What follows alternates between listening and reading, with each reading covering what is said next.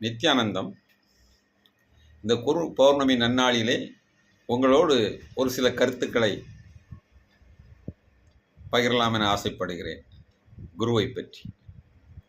எவர் குருவோ அவர் சிவன், எவர் சிவனோ அவர் குரு. குருவை காட்டிலும் அதிகமான தத்துவம் இல்லை, குருவை காட்டிலும் அதிகமான தவம் இல்லை, குருவை காட்டிலும் அதிகமான ஞானம் இல்லை. குருமந்திரத்திற்கு எதுவும் சமம் இல்லை.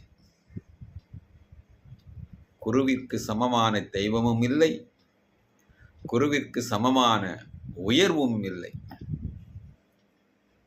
படைத்தல், காத்தல், அழித்தல், புடம்போடுதல், அருளல், இந்த 5 வகையான செயல்கள் எப்பொழுதும் குருவிடம் பிரகாசித்துக் கொண்டே இருக்கும். தியானத்திற்கு மூலம் குருவின் மூர்த்தி, தியானத்திற்கு மூலம் குருவின் மூர்த்தி. பூஜைக்கு மூலம் குருவின் பாதம்,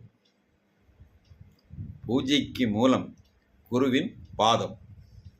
மந்திரத்திற்கு மூலம் குருவின் வாக்கியம், மந்திரத்திற்கு மூலம் குருவின் வாக்கியம். முக்திக்கு மூலம் குருவின் கிருபை.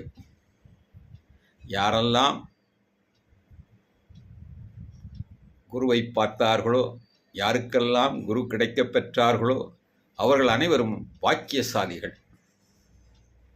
இந்த வாய்ப்பை கொடுத்த என் குருநாதருக்கு கோடான கோடி நன்றி கூறி முடித்துக் கொள்கிறேன். நித்யானந்தம்.